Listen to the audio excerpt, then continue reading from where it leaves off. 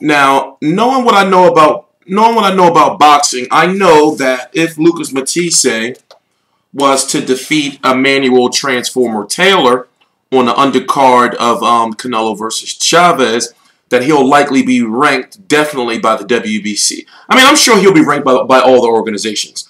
He has not fought since October of 2015 when he fought Victor Postol. He had a broken orbital bone, and he was pretty much being outboxed for a large portion of the fight. Before that, he won a majority decision against Ruslan Provodnikov for what I felt should have been a unanimous decision. Before that, he fought a fighter by the name of Roberto Ortiz.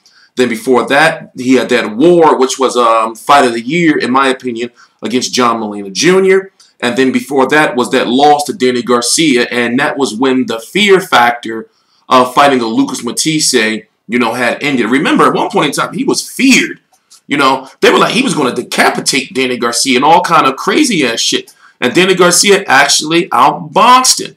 But since then, with that war against John Molina, losing to Danny Garcia, that war against John Molina, we can't recount Roberto Ortiz, that fight with Ruslan Provodnikov, and that loss, that stoppage, broken orbital bone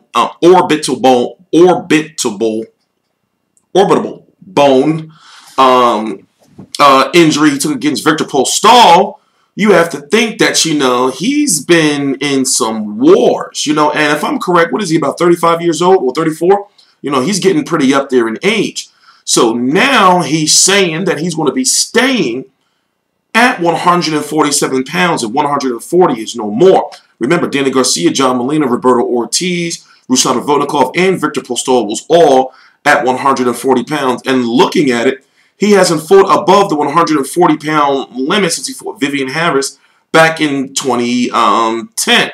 So he was saying just yesterday, was it yesterday on the media? It was yesterday on the media call, that 140 is done for him, and that 140, 147 is where he's going to be comfortable at. A lot of media members were asking about the layoff. I didn't get a question in winning, but one of the questions I was going to ask was about the layoff and how does he feel mentally, especially after, losing the way that he did against Victor Postol, because a lot of people thought he could have continued, but he quit. But what I've learned about those orbital bone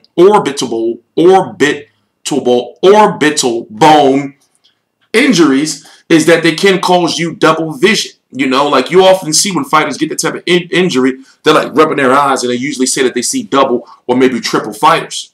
So I can understand like where he was coming from, but at that time, when he lost, it looked suspect. By the way, I'm TstreeT Controversy. This is TstreeT Controversy Live. We cover every single major fight live. The owner and founder of FightView360.com. Thank you for my partners for putting this, beautiful Mexican-style hoodie together. We are launching merchandise soon. I don't have an exact date, but we're working on the kinks. As you've probably noticed, I've been working hard behind the scenes, getting everything organized. I'm like a couple of weeks, maybe less, away from having everything running as a machine. Then I'm going to get all this stuff taken down. We're going to go in full 1080p. We're going to have a podcast. Shit is really taking off, So, Canelo versus Chavez is on May 6, 2017 on HBO Pay-Per-View. It's going to be Canelo versus Chavez, David Lemieux versus Marcos Reyes, and then Lucas Matthysse versus Emmanuel Tranzformer Taylor. You may know Emmanuel Tranzformer Taylor from his most recent big fight was against Antonio Orozco, Adrian Broner. He fought Kareem Mayfield, Chris Algieri. After he lost to Chris Algieri, I believe it was one fight after that, went on to fight Ruslan Provodnikov. He fought Kareem Mayfield, beat him. He fought Adrian Broner, was putting on a good fight, against Adrian Broner. Remember, he went down later on in that fight, if I'm correct, from that uppercut, right? And since losing to Adrian Broner and Antonio Orozco, so he lost to Broner in September of 2014. He lost to Orozco in May of 2015. And then he fought in February of 2016 where he won a 6-round stoppage. And then he fought in August of 2016 where he won by a 3rd-round KO. Now, he's been a fighter that's been dangling in between 140 and 147 pounds. So basically, he's like a 143, 144 pound guy. This fight is going to be taking place at 147 pounds. I believe it's the full 147 pound limit. And just by, listening to people and monitoring social media and talking to people, a lot of people may feel that Matthysse may not have anything, to offer at 147 pounds, especially with this landscape. Can Matthysse beat a Keith Thurman? He already lost to Danny Garcia. What about a Sean Porter? Can he beat a Sean Porter? What about an Andre Berto? Of course you would say he can probably beat an Amir Khan because of Amir Khan's chin, but I doubt that Amir Khan would fight him because it's not a big money fight for Amir Khan. What about a rematch with Lamont Peterson? That wouldn't happen. Can he beat an Errol Spence? Can he beat a Carol Brook? Now remember, Matthysse is not really a big guy. If he weighs in at 147, he's the type of guy that's probably going to come into the ring at like 153 or so. Also you have to factor in, will that power carry up? I mean, think about it. John Molina was laying some hands on him. So there's questions that I have. Now, overall, Canelo versus Chavez is a very well put together pay-per-view. When you, as I said, you have Canelo versus Chavez. You have the return of Lucas Matthysse. A lot of hardcore fans want to see that, especially how good he's going to look, and especially how he's going to match up in the 147-pound division. If he loses, he will likely retire. Eric Gomez, the vice president of Golden Boy Promotions, was saying, well, if he loses, then it's like, well, what can we really do with him? Basically, I'm just paraphrasing. And if he wins, depending on how he wins, he may go into a big, a mid-level to big fight. But if he doesn't look good, then they're going to give him like another tune-up. They're considering Emmanuel Taylor a tune-up, So I'm really interested in seeing that fight. Then, of course, you have David Lemieux versus Marcos Reyes, JoJo Diaz versus Tino Avila. So overall, Canelo versus Chavez is turning out to be a really good card. Well, it is a good card and it is sold out unless you want to watch it on closed circuit. But of course, that night, we're going to put it this way. I got a lot of things planned for that night. That's going to be like Mexican style. I'm going to have my tecate. I'm going to have some tequila. We're going to make it a whole. Of course, we're going to be productive. I'm going to have my tecate. I'm going to have tequila. I'm going to have some carnitas or some trepas.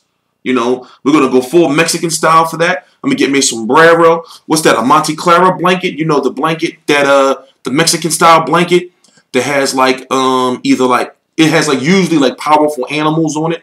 Like it might be like this powerful ass night wolf standing on this mountaintop. Then I have like a grizzly bear, and like a hawk, something like that. I might even, we don't want to get the Virgin Mary. We don't want to bring her into this. But as I said, thank you for supporting me this long. As you can see, we're back doing videos full time. I don't know what I'm doing with Canelo versus Chavez yet as far as providing coverage for the event. Obviously, we are providing coverage, partial coverage, as far as, me doing my videos, the media calls, sprinkling a few interviews here and there.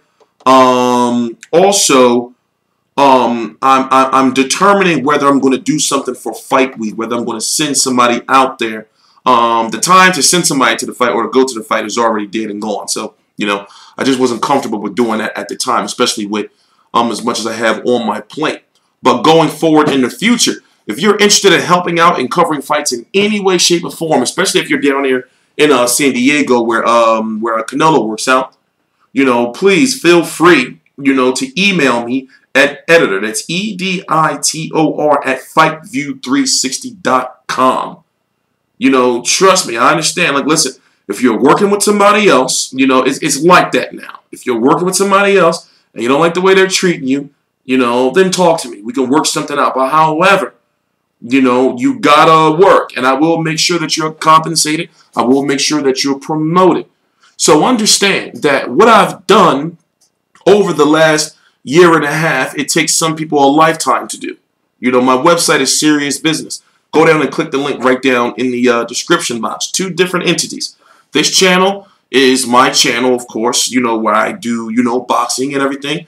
And then the website is a boxing official news website, So I just want you to understand that things, are moving faster, than ever, but on a more organized scale, So people are not laughing. They thought I was crazy.